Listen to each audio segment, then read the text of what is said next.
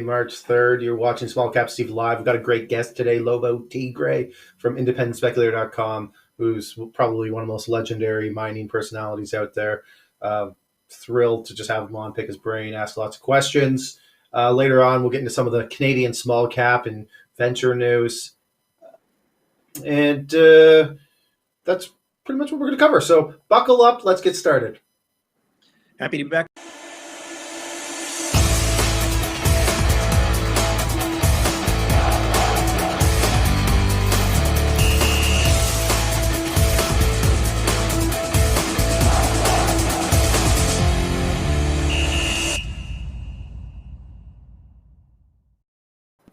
Lobo, thanks so much for joining us today. Apologies if our intro there caught you off guard. It catches us off guard, quite frankly. No worries. I'll remember next time, but I am happy to be back on the show with you. So last time you were on here, we were actually just getting into your history, and it sounded so fascinating. You were talking about how you had sort of like a pirate radio show. In the early days of the internet, it wasn't an actual ham radio or something like that. But it was before most people knew what the internet was. So it was pretty, it was cutting edge at the time. And the connection was that somebody suggested that I interview Doug Casey, who I'd never heard of. Who's that? And they said, oh, he's an anarchist like you. You'd find him interesting. So I had him on the show like you guys now. I asked him questions for 45 minutes. And everything he said was like he was speaking for me. It was like meeting my long-lost brother. From another mother, and I'm not sure how far you want to go down this rabbit hole, but we remained friends. And then in 2004, when he launched Casey Research, turned his newsletter into an actual business with David Galland, they brought me on as a writer they knew who could help out with the editorial, and then I just learned, and here I am now.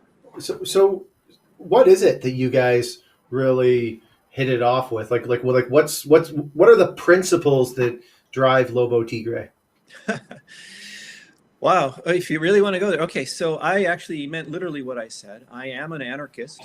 By that, I don't mean a bomb throwing black cape clad person trying to, destroy the world. By that, I mean, I'm a member of the most peaceful branch of political philosophy, libertarian anarchism, anarcho-capitalism. There are many names for it.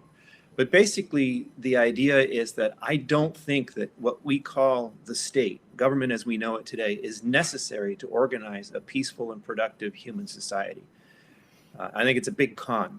It's actually a parasitic organization that does more harm than good. Now, that may sound very theoretical. We could talk a long time over many beers to go down that rabbit hole, but that is something that Doug and I share. It's what brought us together. I didn't know anything about geology really, other than, hey, look at those pretty rocks. I wasn't a finance guy. I didn't know what a warrant was in financing before Doug took me under his wing. But we were like-minded. We saw the world in a similar way, and he knew I could write. So he figured he could teach me the rest. What was that in the background? Are you near like a port? No, that was my phone right under the mic. Oh. You're coming. Apologies. Okay, so effectively you sort of believe limited government. I imagine that like most sort of mining people, you're a sound money kind of guy. Funny enough, I was actually getting into it on the weekend or over the weekend with a few of my Twitter followers talking about, and I know that this is something that the people have a hard time wrapping their heads around, minimum wage, and how if every time we print money, we don't raise the minimum wage, guess who's paying for that money printing? And I know that a lot of people have a hard time wrapping their heads around that, but if I could just choose, we'd have sound money and let the market decide. But the system we've created is largely it's so opaque and convoluted that when you hear people have conversations, like if I'm at a social event, I'm talking to my friends or family, and we're talking about politics and spending and everything, it's just I don't think that people really understand the indirect tax that money printing really is. And and who that impacts every time that happens. What's your view on that? Well, I agree. It's funny that you phrase it exactly that way. That's close to Frederic Bastiat's famous words of the seen and the unseen. And minimum wage is a classic example where people see, oh, $15 an hour, that's more than I'm getting now. That's great. They don't see all the jobs that are lost, that just the labor is not worth $15 an hour. And, so I see minimum wage laws as unemployment encouragement laws. And I know that sounds terrible and cold-hearted, but actually I think it's more cold-hearted to say to the guys or gals whose labor at their level of education experience is only worth, say, $11, $12, $13, $14 an hour. Say, screw you, you can't have a job. We're going to replace you with robots. I think that's cold-hearted. I think it's much better to let employers and employees agree on their terms. And just want to say one thing real quick before we move on from, how we're going. Hardcore laissez-faire. And if you believe in the minimum, night watchman state, if you're not ready to go, down that purist anarchist, that's fine. We have so much state right now that I think we could disappear 90% of it before, a minarchist or a minimal state person and an anarchist really has serious disagreements that need to be ironed out. So I'm not asking anybody to adopt my hardcore philosophy, but I'm being honest. I'm just letting you know, I'm very uncompromising when it comes to liberty. I think in any compromise between good and evil, as the saying goes, only evil has anything to gain.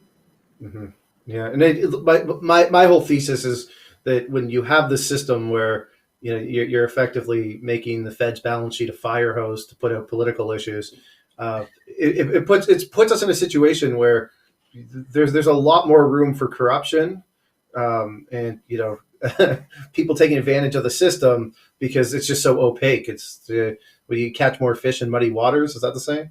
Yes. So one way to sum this up is to say I believe in separation of economy and state for very similar reasons as there should be a separation of church and state. And when you have the state meddling in the economy, then the incentive for the entrepreneur is not necessarily just to create the best product and serve the largest number of people possible. The incentive is to see, well, what can I do to get the government to help me to, ensure that I get the biggest piece of the pie? So you create political entrepreneurs. And we see this revolving door between Wall Street and Washington, and that's a classic sign. And I think a consequence of allowing the government to intervene in the economy. That's a very valid point. I mean, Elon Musk many times has been called a subsidy hound because that's effectively what he does. He's not chasing true business. He's chasing government dollars that are handed out in the form of subsidies. And I know Steve is laughing because I have always comes back to Elon. but that's exactly what it is in this instance, right? I think that's probably the perfect example of this. You've got all these electric vehicle companies that aren't actually sustainable, but they're sustained by subsidies because they're selling carbon credits or things of that nature rather than truly operating profitably. I'm glad you bring this up because it actually gives us a chance to tie back into the world of investment and decision making. So it may sound like my, purist anarchist philosophy is so pie in the sky, it's very impractical. How can I survive in the practical world? So, I hear what you're saying about Musk, and one can criticize the company from purist libertarian grounds, sure. But the fact is it's there, and it's consuming huge amounts of raw materials. We know what Elon has said about nickel, for example, and that is very relevant to me as a resource investor. You see what I'm saying? So, I can sit here and criticize Elon and how he's doing what he's doing. But it doesn't matter to my choice as to which commodities I want to invest in. Absolutely. There's a massive impact. So let's get right into it. What's your take on what's happening with gold right now? Well, I've written a fair amount about this, and there are a lot of things going on with gold. Of course, it's not a one simple relationship. Gold's priced in dollars, so dollars up, gold down. Sometimes you see, war or something that drives the fear trade into dollars and gold at the same time. So there are multiple variables here. But over the years, really since 1971, when Richard Nixon finally killed what was left of the gold standard in the United States, and metals prices were more free to trade. In that time, 51 years, we have almost 50 years, sorry. We have seen the most powerful driver, the most explanatory variable in the gold space has been real interest rates, not nominal rates, but real interest rates. There's an article at the top of the homepage at independentspeculator.com right now called "Is the Fed Caught?" or "The Fed is Caught in an Inflationary Death Spiral." It has that 50-year chart showing what I'm talking about, the relationship, zoomed in more recently on the 10 years, which looks like an ink blot, the vertical ink blot. The movements between the real rates and the gold price are so mirror-like, it's really uncanny. And we zoom in on the last year and what's going on. So, sorry, long answer, but the short version is nominal rates have risen recently, but the CPI inflation is slow to adjust to that. So that creates the appearance of not positive yet, but less negative real rates. And so that change of direction from, increasingly negative real rates to less negative real rates, there you go. That change of direction matters. It looks like real rates are going up, and that's bearish for gold. And so we're seeing that right now today as we speak. We saw rates go up again, but CPI hasn't adjusted today. So the gap between nominal rates and real rates makes it look like real rates are rising. But I think this is very temporary. I think that it's a mistake. It's a knee-jerk reaction. Oh, rates are rising. Higher rates are bad for gold because gold doesn't pay interest. I think that's just a mistake. And it's rare for me to get this excited about something like this because usually, it's not so simple. But when I see that the market is just getting something wrong, then that makes me very excited. Like March of last year when investors sold gold because they had to during the crash, that was wrong. That was, it was no reason to be bearish on gold in that time. I feel that way right now about the mistake markets are making about rates right now. Mm-hmm. Just sort of looking at this chart, it looks like there's sort of been that divergence started in 2008. What are you using to calculate your real rate? That's the Fed funds rate is the nominal rate I'm using, and then the orange line there is the real rate, which is subtracting CPI. Like shadow stats might have a more realistic number, given all the massaging and all that's going on, but that's controversial. So if I use the government's own numbers, then I figure that's the most conservative case I can make, right? If I use more numbers that I think are better, then people could say, oh, well, you're just trying to spin this to make gold look good. So no, I'm not. I'm using the government's own numbers here. So that's Fed funds rate adjusted by the BLS's CPI. If you scroll down on that page a little bit, you can get that 10-year chart I was talking about, which you can see, you know what I mean, about how clearly inversely real rates impact the price of gold, and not the nominal rate. The blue line is the nominal rate. It's much more vaguely related to the price of gold. So the inflation question is kind of a fun one, just because I'm now starting to hear more than ever. I was one of those guys running around in probably 2013, 2014 with my tinfoil hat talking about how inflation's a lot higher than what they tell us. But now, I'm getting a lot more consensus among my peer group that normally aren't gold bugs that, inflation's way higher than what they tell us it is. And let me just jump in. The irony is it's inflation fears and expectations that are driving the story now. The rates are not higher because the Fed changed its mind. The Fed, the last thing in the world they want is higher rates right now. But they don't control, at the moment at least, the long end of the yield curve. So it's the 10-year and the 30-year that have crept up more, while the Fed has kept the short end of the curve nailed down. And that's exactly what you're talking about. People see it coming. People can see not just commodities prices, but in general. But you look at food and oil. If copper and nickel go up, it'll be a while before that shows up in a more expensive Tesla or something that you buy in Walmart. But if grains go up or oil prices go up, that shows up in the food store or at the gas pump very quickly. So, this isn't just a theoretical question of, my principles say that money printing is going to create higher inflation. No, we're seeing higher inflation now. We're seeing higher inflation expectations now. And that has pushed nominal rates up before CPI could adjust, which is affecting the real rate right now that we're talking about. I think this is very temporary. I think those prices, those increases. I mean, we've got copper and nickel at 8-9-year highs, grains at multi-year highs. You look at the CRB index, and the overall commodities have really gone up. That's real world stuff that people have to buy, eat, use. The PMI numbers are going up. I think the Fed wants to downplay inflation because they don't want to be forced into making moves that scare markets even more. But I do suspect that they will have to intervene in the long end of the curve. If rates don't cool on their own, I suspect they will have to, because the last thing in the world they want is higher rates, which are a brake on economic recovery. And that's their policy right now, is low rates for economic policy. And allowing rates to rise on the part of the curve they don't control flies directly in the face of their number one priority right now. So I got to ask you about the 10-year, because I was literally up probably 2 a.m, tossing and turning in bed, trying to understand the 10-year. And I wait until 11 a.m. I call my buddy who used to work for the Bank of Canada to ask him. And I said to him, if the yield's going up on the 10-year, that means that a bunch of money's leaving the 10-year. Shouldn't that money be spilling over into other things? Why is everybody freaking out about the 10-year yield rising? Can you answer that question? Well, the short answer is what I've just said. Wherever the money's going, the fact that the 10-year is rising and CPI has not changed yet means that real rates appear to be rising, and that has a big impact. But the other thing is that the 10-year is, they call it the benchmark 10-year note for a reason. It's the basis of a lot of, deals. There's interest rates set based on that benchmark. And so raising the 10-year, even if you're not actually buying those bonds or in that bond market, it can affect your business in other parts of the world. And that is a negative. That is a headwind economically that the Fed does not want right now.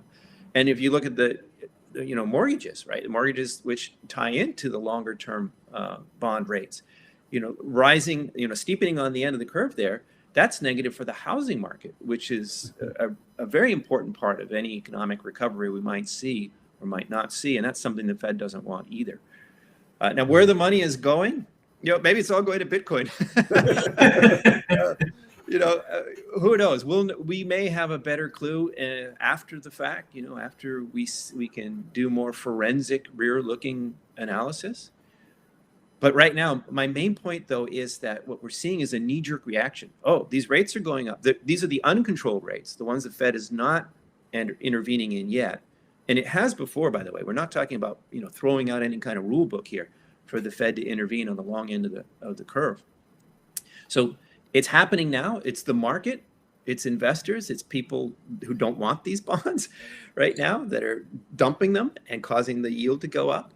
And that is impacting a number of things, particularly gold. And sorry, interestingly enough, the impact is less on silver than gold right now. I don't know if you want to go sideways into the silver story, but I know somebody that would love to talk about the silver short squeeze. Go for it. Absolutely go for it. So I'll tee it up for you. What's your take on this on the silver short squeeze?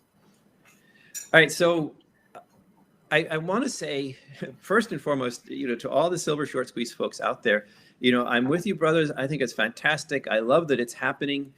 I think at the very least, if nothing else, it's a highly educational moment. And what hats off to whoever it was who saw what was happening with Wall Street bets and the GameStop thing, and suggested in that forum, hey, what about silver? There's potentially a short squeeze here that could be pressured as well. And, I think it's very unfortunate that the moderators over there, erased that stuff and banned those guys. But that created a new silver community over there. And last I saw, over 30,000 members of Wall Street Silver and people posting interesting, useful, educational content. I think that's fantastic. Now, is that really going to move the price of silver? Well, it sure seemed to on February 1st. There was a knee-jerk and the media attention that jumped on this. Oh, the next Wall Street bets thing is going to be silver. So short term, it had this really interesting impact. It could happen again. But I think longer term, I don't know how that all plays out. But I do know that the fundamentals are very strong for silver regardless.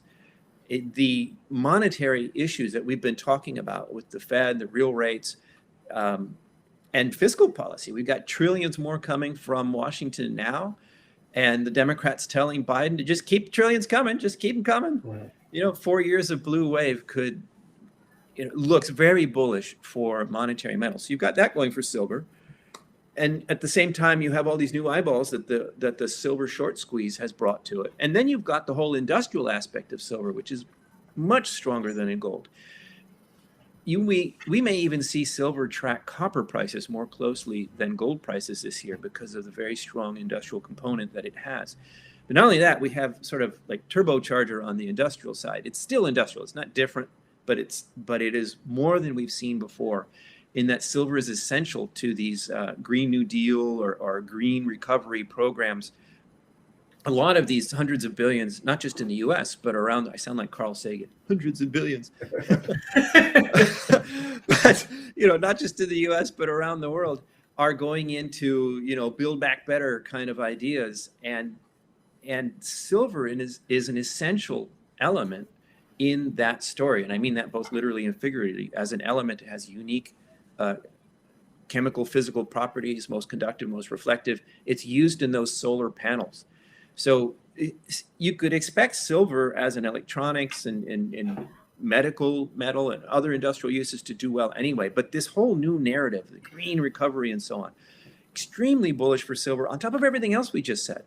So I'm very bullish on silver. It's actually a top priority of mine right now. My shopping list is very focused on adding great silver picks to my portfolio.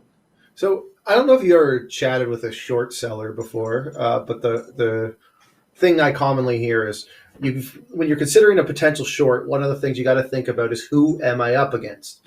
In the case of the short silver squeeze, as I understand it, we're going up against some like tier 1 banks. Do you see that as an issue that they can just basically print as much money as they need to hold down the short? Well, there are a lot of assumptions that even go into that question. So my honest answer is I don't know. I mean, the CPM guys say that all this short stuff, it's a misunderstanding that these commercial shorts are long with their industrial counterparties. So they're really just balancing. They're hedging their longs in the industry with their shorts on the COMEX. And it gets very complicated. So I'm not sure that I'm the one to untangle that. There are other people that have dug into that, a lot more. But just on the face of it, the silver market is much bigger than GameStop. So trying to actually, squeeze any shorts there are in here out of it, it's a much bigger task. And that's why I say, I love that it's happening. I love that it's getting media attention. And I just don't see how that can be bad. It brings more people into the fold. And then once people start looking into silver, they start seeing some of these other things I'm talking about, how, holy cow, we can't go solar without silver. And you know what? There's silver in Tesla cars. There's silver in the Mars rover. There's, silver has germ killing functions. There's so much more that people can find when they start paying attention to this. To my mind, that's the long-term legacy here, is whether the short-term squeeze efforts work. It informs more people, especially younger people, about the opportunities in the silver space, which exist with or without any short squeeze success. Okay, so you mentioned Bitcoin. I got to go there just because it's relevant when we're talking about the anti-fiat trade. It's interesting because, like, at this point, during the first Bitcoin bubble, it was you got to buy Bitcoin because it's a currency. Now, this time around, it's an asset class. So the only reason to own it is because you think it's going to go up because they can't print any more of it, and you think sentiment's getting stronger. What I wonder about it, though, is there is no utility behind Bitcoin other than like saying that it's a store of wealth, I suppose, and perhaps at one point it does become a currency. But at some point, do you think that just the overall size of Bitcoin's market cap gets too large, that it just really kind of loses that I think it's going to go up point? Or what's your take on Bitcoin? Yeah, no, I would not say that because of the limited number, the 21 million. And yes, I know you can subdivide it, but the actual number of whole Bitcoins doesn't change. And it is so small relative to the potential interest in a number of people that own Bitcoin now versus the global population, or even just the global number of investors out there. So it could go much higher. I mean, it could go to hundreds of thousands.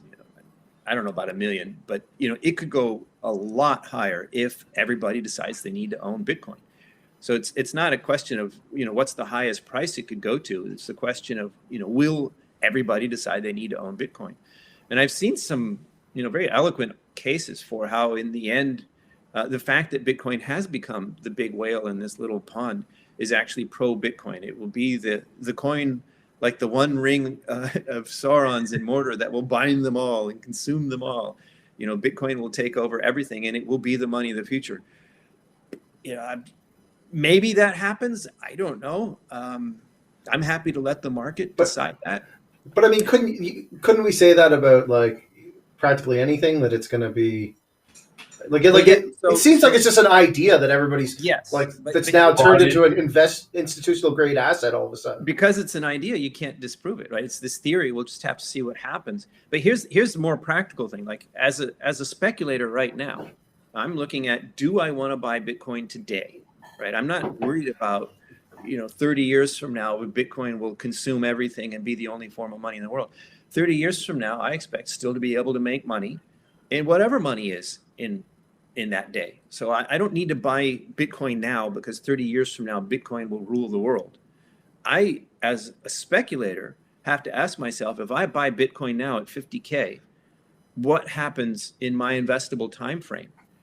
And we have this pattern of Bitcoin prices surging after these halvings. We had a halving last year. Bitcoin prices surged. And we also have this pattern of these huge declines after the post-halving peak on the order of 50%. And so the next halving doesn't happen until 2024. And if after the post-halving peak, there's always this big correction, as a speculator, why do I want to buy in front of that correction? Even if I do think it goes up again before the next halving. History tells me to wait for a bottom. I love that you've named your platform Independent Speculator, by the way. It seems like speculator is this term that has negative connotations to it, but really that's what most of us are. And we speculate on things, right? Yeah. Thanks for bringing that up. So first and foremost, I have to say that I chose the name as homage, really, to Doug Casey, who taught me the ropes in this business. And his flagship newsletter, which I ended up writing for a decade, is called The International Speculator. So when I went independent, it just made sense to put these things together. And I asked Doug, and I got his blessing. He said he was fine with that and appreciated the gesture. So I used to joke when I kicked rocks for Doug. I said I'm the cheap Mexican knockoff Doug. I go around and I'm smaller than him, and I fit in the mines. He's a big guy. He like hitting his head on these old colonial adits and declines and so on. Send the Lobo in. So now I'm the independent speculator, but it has a double entendre. If you look at period dramas, right, from some hundreds of years ago, a person of independent means, that meant they were wealthy. That meant that they didn't have to work for a living. In modern terms, they succeeded in the Kiyosaki goal of getting out of the rat race. Right? Their income wasn't from work. It was from their property, from their assets, from their investments. So my goal is to be an independent speculator, a speculator of independent means in that old sense. And as an educator, to help my clients achieve the same. My ideal outcome here is that we become a club of independent speculators where everybody's assets are generating the income that they need. Okay, so help me join the club.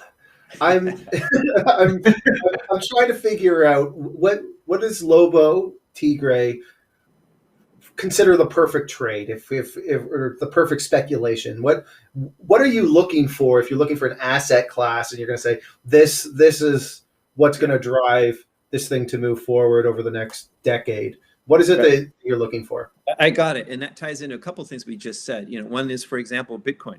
Like people are like, oh, but it might go higher. It could go to 100,000 next. I don't care. I don't buy something just because it might go higher. What kind of basis for speculation is that? Some guy on YouTube said it might go higher. the independent part of the name we talked about. There's also the speculator part, and this ties into something Doug taught me as well. Yes, it has this evil connotation, hoarded gasoline to sell it at higher prices during a time of crisis. That's bad. But you know what? Even the guy or gal who does that, they're providing gasoline at a time that nobody else can get it. And if you really need that gasoline, then that speculator is a lifesaver for you. So even that negative connotation that it has, I think is misplaced. But the reality is, to the core of what you just said, is that really, at the very least, since the Lehman Brothers situation, all investors are speculators in the world today. And the advantage is that people don't know it. If you think that you're a safe investor because you're in blue chips or you're following Warren Buffett, I'm not knocking Warren Buffett, by the way. I'm just saying there is no safety. In a world where Lehman can happen, and in a world where everything that led up to the crash of 2008 is still on the table, none of those problems have been solved. The can has just been kicked down the road. And arguably what we're seeing right now, the COVID-19 pin that upset the bubble there, it's not about COVID-19. The pin doesn't matter. It's the fact that there was a bubble and how many things can blow up when anything disappointing or upsetting the apple cart comes along. So we're all speculators. And I think it's really incumbent on everybody out there to recognize that and think about, how you manage risk. Now, to answer the question, how do I become an independent speculator? How do I become a successful speculator? Some people aren't going to like this because some people have this dream of, swinging for the bleachers and getting one of the, 10 baggers or even 50 or 100 baggers, something like those uranium stocks that went up 10,000% in 2007. I want, because you miss more.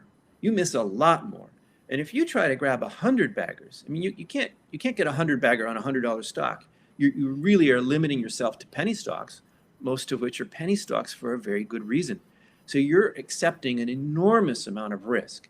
Now, here's a key point, okay? As a speculator, I'm not a gambler, right? I'm not just throwing the dice and hoping to get lucky.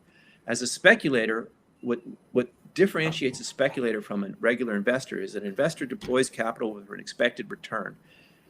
An investor deploys capital for, a hoped for return if trends or the future goes the direction we think. That's what makes it speculative. Instead of looking at what's now, what the return is now, or what the near-term, relatively low-risk projected return is, we're going farther out ahead and taking greater risks. But we know that. But you're still trying to put the odds in your favor. So key to my success, as it were, is to balance risk and reward. I'm not a wild gambler. It's independent speculator. And my motto is discipline pays, not, hey, it's worth a punt, let's go for it. And that's why they call me the due diligence guy. I do everything I possibly can. Oh, sorry, that's my handle on Twitter. If you don't follow me there, by the way, I post on an almost daily basis. Sorry, quick. Oh, I was trying to. I was trying to find you on Twitter and I couldn't. My publications have a set schedule, and a lot of people want more Lobo than they can get on a monthly publication or something. Well, I post every day on markets in my Twitter, and my handle is @DueDiligenceGuy. And that's, I think, really what makes for successful speculation. You don't just swing for the bleachers every time. You do your due diligence. You research as best you can. You put the odds in your favor. So to my mind, a great speculation, short answer to your question, a great speculation is maximum gains for minimum risk. Now that sounds obvious and stupid, and the point is that it's easier said than done. And it's my mission in life to help people, to teach people how to do those things. So you focus on due diligence. The rocks on the background there obviously tell a story that you mean what you say, in the sense of you go beyond just reading some filings. So do you invest public and private, or how do you allocate things? Well, the rocks, public, private. Actually, I avoid private deals like the plague. They can work out really well. You get in at the seed level before it goes public, sure.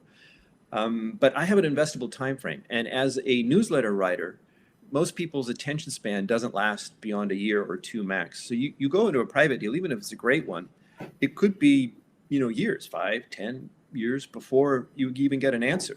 And that's fine if you're Doug Casey or Rick Rule, right? And you you've got billions or hundreds of millions, and you can put a few million here and there and not worry about it for 5 years. I can't do that yet. I'm not quite that independent yet. So I generally stay away from private deals, even if it makes sense to me, if I like it a lot. Time frame, and there's no liquidity. You need management to deliver. You need them to open the exit door for you, or you're potentially in a world of hurt. As for the rocks, though, that's 2020 was a terrible year for me. I had to make a lot more assumptions. I had to go based on third-party research, what management says, and I always take everything they say with a huge grain of salt. But ideally, yes, I'd like to go and kick the rocks on the projects before I invest. I want to proof that. I want to. So you actually go on the ground and kick rocks and look at a property, right? I mean, if I bought some major producer, they don't care about some little newsletter writer like me. But most of my speculations are in junior stocks, and a newsletter writer like me is very important to them. So yes, I can get my boots on the ground on the project. And I have to say, I'm not actually a professional geologist. I've been doing this for almost 20 years, so I've learned quite a bit about rocks. But I'm not actually a professional geologist, so I don't claim to be able to, be like the engineer that gets you the 27 decimal places of accuracy here. But if the company says, we've got gold in pyrite, and I know what pyrite looks like, and I go there and I don't see any, then I can call bullshit on that. Sorry, that's a technical description. Well,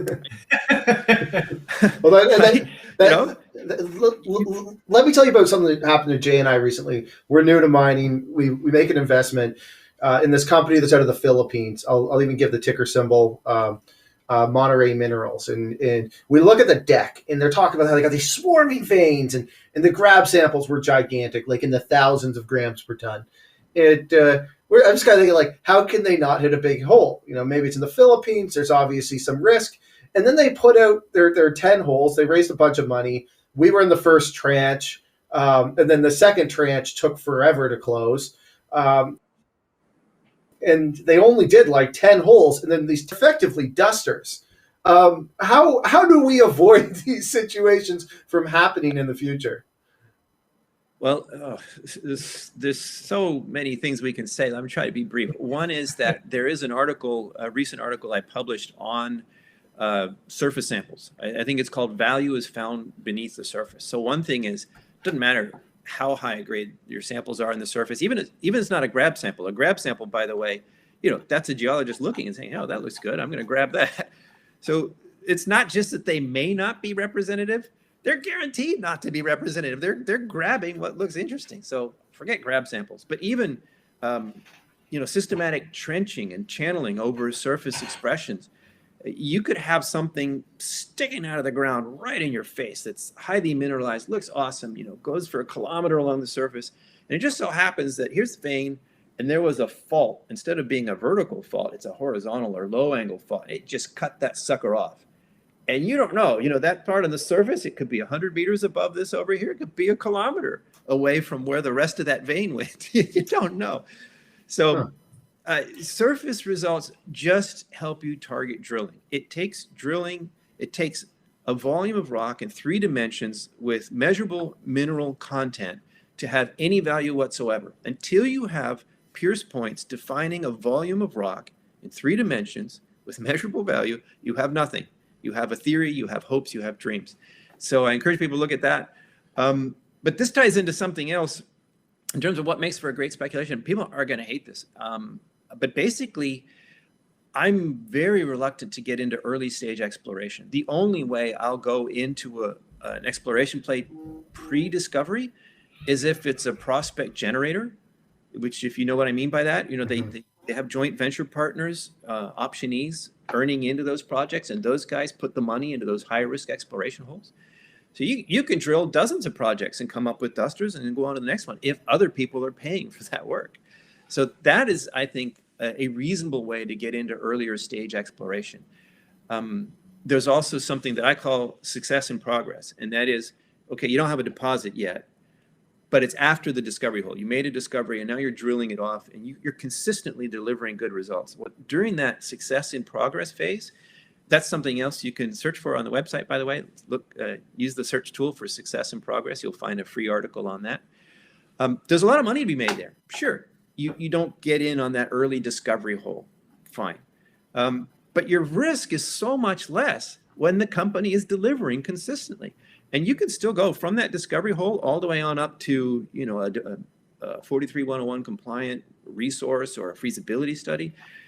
You know, that's easy room for a 5-bagger or a 10-bagger there, depending on how the markets are going. That's enough for me. I don't need to take the risk, you know, gambling on pre-discovery exploration. Nobody knows who's going to make a discovery. Not even Rick Rule or Doug Casey or any of these guys. You know, they can afford to have a very broad net, and then the few that make it and are successful, you know, pay for all the rest. Most of us can't afford to do that, and so that's what I meant when I said before that I'm trying to maximize gains with minimal risk. You know, I could go, if I went for just maximum gains, forget risk, you know, then I would buy a lot more early stage explorers, but I would take a lot more losses along the way. You know, if I went just for minimum risk and no maximum gains, well, then I'd just buy the bigger producers that are stable. But those guys are never going to give me a hockey stick stock chart. So I'm balancing the two. And one way of doing that is what I call a success in progress play, which is post-discovery. Another one is, and I think we talked about this before, the pre-production sweet spot. Sort of my claim to fame in the space. I think that offers fantastic risk-reward opportunities for speculators. Okay. Just to kind of make this a little bit actionable for our audience, it sounds like effectively what you're saying is you should have at least 2 solid drill holes that are relatively far away from each other before it would even make sense for you to look at it. Would that be fair? Well, I'll look at it, right? If somebody, but I would say actually 2 is not enough. You know, 1 pierce point, you know, you have no idea what's going on. 2 pierce points, depending on how they relate to each other, you know, you have more information, but it takes 3 points to begin to define a volume.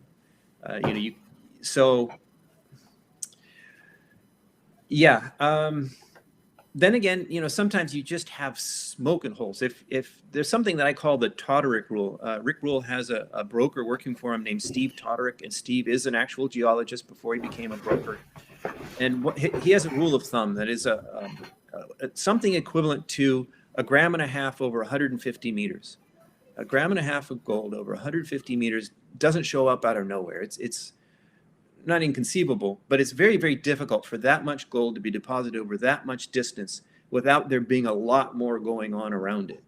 So that's not a sure thing for an economic discovery, but it is a flag that says, pay attention here. You know, this can be significant. And notice that it's more bulk tonnage grade. If you had 15 grams over 1 meter, that's actually a lot less significant. It is actually very easy to get a little concentration, a little sweet spot somewhere, and, you know, a nugget in your drill hole that makes that 1 meter look great, but the rest of it is all duds around it.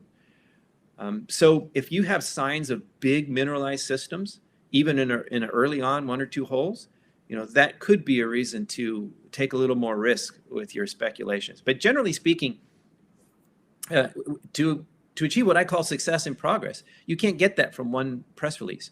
Even 2 is cutting it close. But if somebody is getting consistently great results over 2, 3, 4, you know, that's success in progress. It's ongoing. It's happening. And that can take share prices much higher. So I guess the example I'm thinking of in my head right now is no position whatsoever is Newfound Gold. I don't know how familiar you are with them out by Gander, Newfoundland.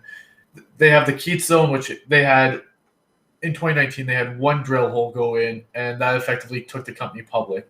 So what you're saying is, sorry, are you familiar? No, that's fine. I remember the story, and I would prefer not to get into particular equities, but as an educational thing, I would point out that they now have much more than 1 hole, but it's not necessarily a bunch of holes in the same vein, right? They've been drilling multiple targets, and they have found higher grade intervals on multiple targets.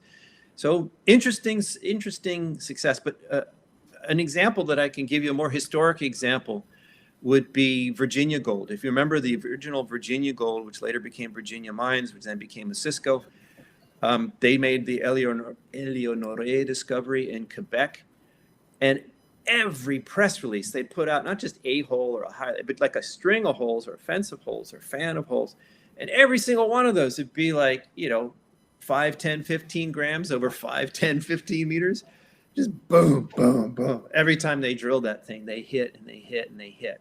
Classic case of success and progress. Took that stock from, and that was not at the discovery phase. That was post-discovery. It took the stock from $1 to $12. Okay. Okay. So go ahead, Jeff. that's a good example. I'll actually go back and look at that. Yeah, we see our anchoring bias. I think when we first got into this was we sort of viewed this as how many bags can we get in a stock, right? Like you just said, $1 to $12. But what you're talking about is on a risk reward standpoint, you already know that they have some sort of an asset that nobody's just going to hand this thing over and this is going to be a real thing. Whereas we get caught up in, can we get that one big drill hole that's going to make the stock go from 5 cents to 50 cents, and then we get out. But it really does happen, by the way. That does happen. You get a discovery hole, and you can get stocks that'll double overnight. There are 10 baggers, in a week or two. That does happen. It's like Bitcoin, last year or in 2017. These are maybe once in a lifetime events or twice now. But in mining, a stock that does something like that goes 10x, 20x. That happens every year, several times a year in the mining space. So I understand why people get excited and get into that. But you asked me, what do I consider a great speculation? And in my mind, I have to balance the risk that I'm taking for that. Now, if I was a private investor, it was just my own money and nobody was looking over my shoulder. I have a public track record. On the bottom of every page is a link there that says track record. So if I screw up, that's public. If that wasn't there, maybe I would swing for the bleachers on a few more of these, because sure, it would be fun to get in on a discovery. But the method, my method, what I've learned and adapted from my mentors, is to definitely consider the risk as well as the reward. And frankly, the only way that I would risk my own money, and certainly in public, on a pre-discovery exploration would be in a prospect generator, because the odds are just never in your favor. I mean, I gave that example of that cutoff vein. That wasn't just theoretical. That happened to Radius Gold like 15, 18 years ago. I don't remember. It was a project then called El Pavon in Nicaragua. It was the biggest, fattest, high-grade honkin grade vein sticking out of the ground, going for hundreds of meters, maybe kilometers, and it was just cut off below the surface. How could you miss? It was literally sticking out of the ground, not just visible on surface. It was like a wall. The vein was had a lot of quartz, which was harder than the surrounding rock. So the surrounding rock eroded down, leaving this wall of quartz with gold in it sticking out of the ground. And you can see that it's like that. It's not like this. It's not like this. It's like this. So you know that if you come to the side, I can drill it and hit it there. How could you possibly miss? Well, it just wasn't there underground. Right. So until you've got those pierce points, you have nothing but hopeful dirt. See, I think that's a very valuable lesson, because one thing I hear a lot in terms of just social media in general, Facebook comes to mind on one particular name that doesn't need to be mentioned, but just because something's at surface does not mean it's actually there at any type of depth. It could be a half meter thick and then there's nothing. And I think that's something that gets overlooked by retail investors, because they don't have the experience necessarily, right?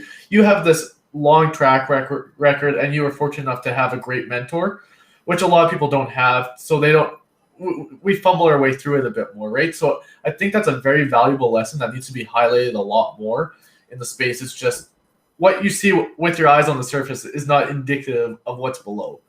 Well, it's indicative. It's not conclusive.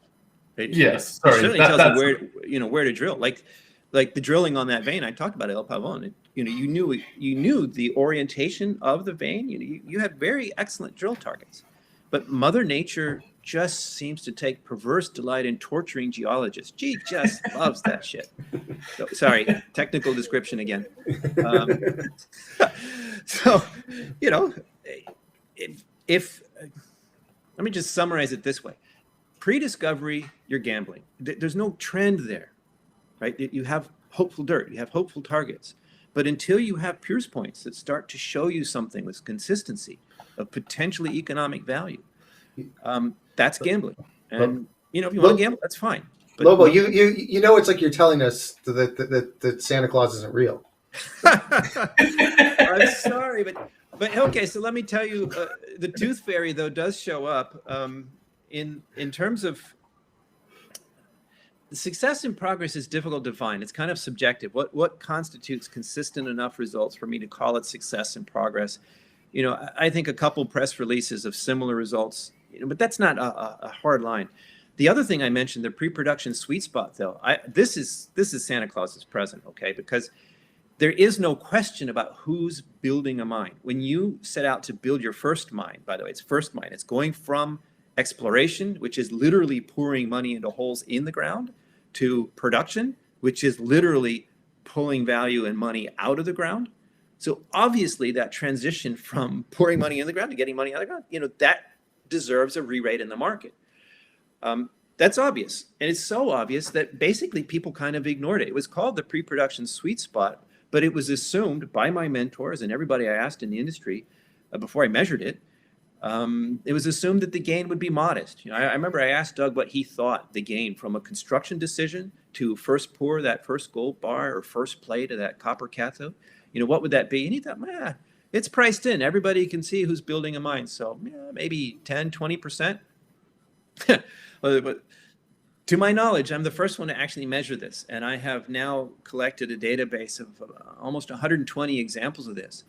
And the actual gain from a construction decision to that first pour is around a double, around 100% gain. Okay, that's not a 10-bagger, but here's the gift. Here's Santa Claus's present. 95% of the companies that set out to build their mines succeed. So you hear what I'm saying? What are the odds that an explorer is going to succeed at making a big discovery? There's one or two a year. There's 3,000 of them out there. So, one or two to 1,000 to 1 against. Those are your odds in pre-discovery exploration. Your odds in the pre-production sweet spot are not 100%, but basically everybody builds the mine. And here's the new sweetener here. And by the way, some of them fail. They don't all succeed.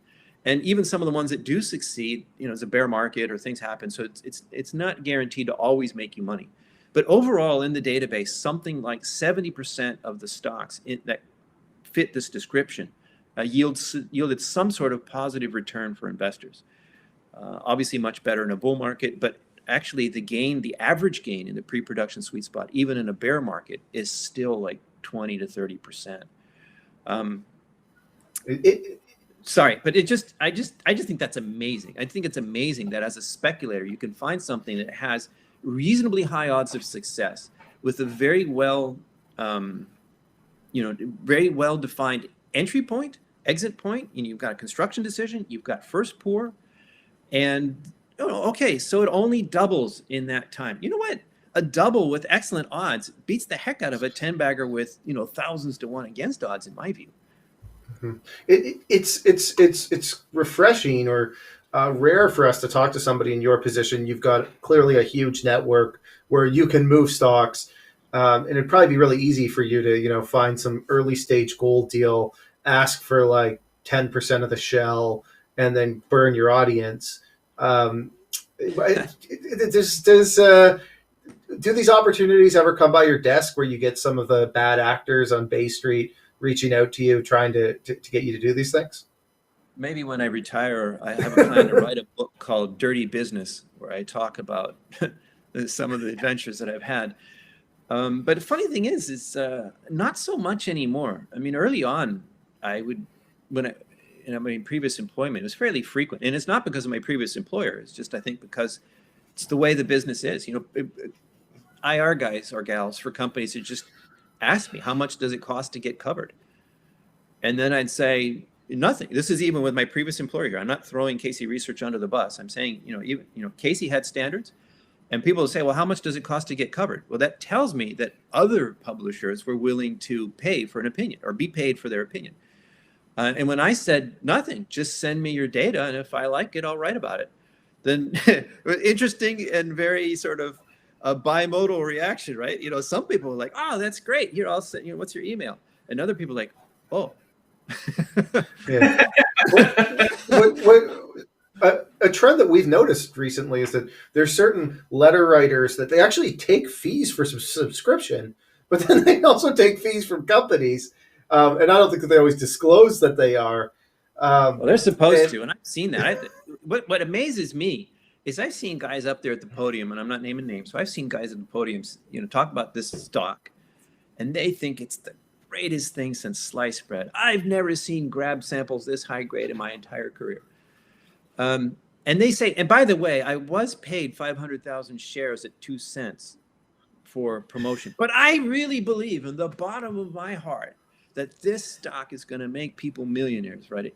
I have seen people say that with a straight face. And what I don't understand is why the audience doesn't get up and walk out at the point where he says, I was given 500,000 shares at 2 cents. Like, what is wrong with you people? Why don't...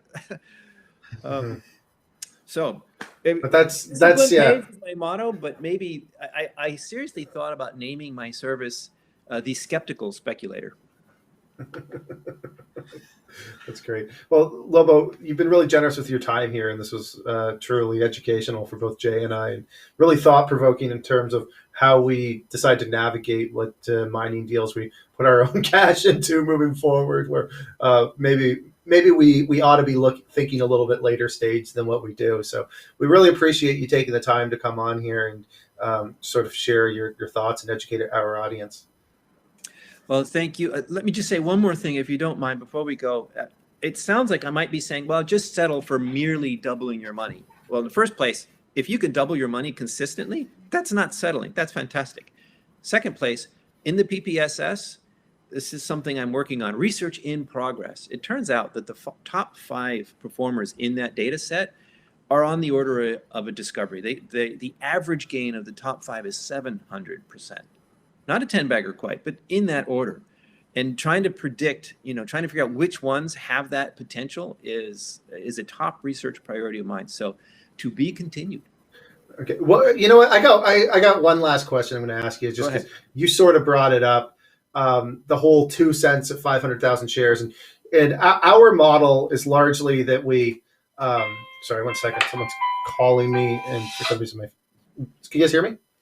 I can. Okay, so our model is largely that we do give coverage to companies. We always disclose it. But something I think about a lot is if you really want to make a lot of money in this business, you could just always get those 2 cent shares, and then you don't have to disclose anything. You just say you're long. But then it's just kind of got me thinking about a lot of these deals. You have people who are there's like a 50% of the share structure is at like under a penny. How important is share structure to you when you're evaluating a deal? Well, the share structure is important. And actually, I have a free article on the website. I think it's called Capital Structure and Why It's Important or something like that. Search for capital structure, share structure. And if you can't find it, send me an email on the contact form. I'll get you the link. But it's basically forensics. When you look at a company's share structure, it tells you a lot about the path they've been. If they're in early stage exploration with a few projects and nothing really in the bag, and they've got 250 million shares issued and outstanding, something's wrong. They raised a lot of money and they don't have anything to show for it yet. Or conversely, if they're advanced, they're building a mine and they only have 10 million shares out, there must have been a rollback there. Something must have happened for them to have only 10 million shares out. And so there's a lot of information that you can get digging through a company's financial statements, which I strongly encourage people. It's part of my due diligence in everything that I would even consider investing in. But the penny stock thing, this comes up from time to time. A lot of compensation for management is tied to their shares. And if you have a baseball team and you want to hire Babe Ruth, you're going to have to pay him more than, Joe Schmo from down the street. And if you are going to hire all-star management, you're going to have to pay those guys or gals. Yeah. And I think that's worth it. So I don't necessarily see, I don't see some penny shares given to key players as a fatal flaw necessarily. But I'd rather see skin in the game. When the CEO tells me, yeah, they hired me and I liked the story so much, I put, $1 million of my own money into it. I like hearing that much better. Mm-hmm. Yeah, it's something that we try to spend a lot of time educating our audience on, is trying to break down that statement of equity, understand how much everybody paid for shares, and heck, just because you see them done at a higher price, you don't know what people paid for those shares in that acquisition unless you go on CDR and they actually file the business acquisition report, and then you can break down that individual share structure. So it's something that we put a lot of thought into. But I really appreciate you taking the time to do this. This was really great for both Jay and I, and hopefully you'll come back on in the future as we continue to learn more, and we'll tell you about the next round of mistakes we made. Awesome. Well, thank you much. I love to be a teacher. I love to have the chance. You honor me with your attention, and I hope the audience finds this valuable. Awesome. Well, thanks so much. Jay, I don't think we're going to go through the microcap and venture news. Was there anything you wanted to cover? I just want to say we have Rob McEwen on the Daily Dive in about a half hour here. After that, we've got some analyst coverage on Kirkland Lake Gold going out. That was tackled by young Justin. And then we've got a special from Jim McFadden this afternoon as well. Okay. Well, for anybody watching this, we are not giving financial advice. That is not what we do. We are not licensed financial advisors. Everything we talk about on here is just for educational and informational purposes only. If you're looking for that sort of thing, I highly suggest you go find somebody who's licensed and not a ding-dong like us. Tomorrow, we got Thomas Howard joining us. We're going to talk about the political landscape in the U.S. in terms of cannabis, legalization, how we see that sort of working out. Friday, we got the Rick Rule joining. I know Jay's super happy about that one.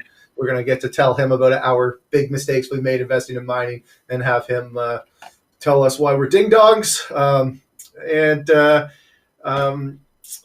Lastly, I'd like to say you guys could have spent your last hour anywhere, staring at any screen. You chose to spend it with us. I sincerely appreciate that, and I hope you continue to join us as we learn and you guys get to experience and educate yourselves along with us. All right, thanks.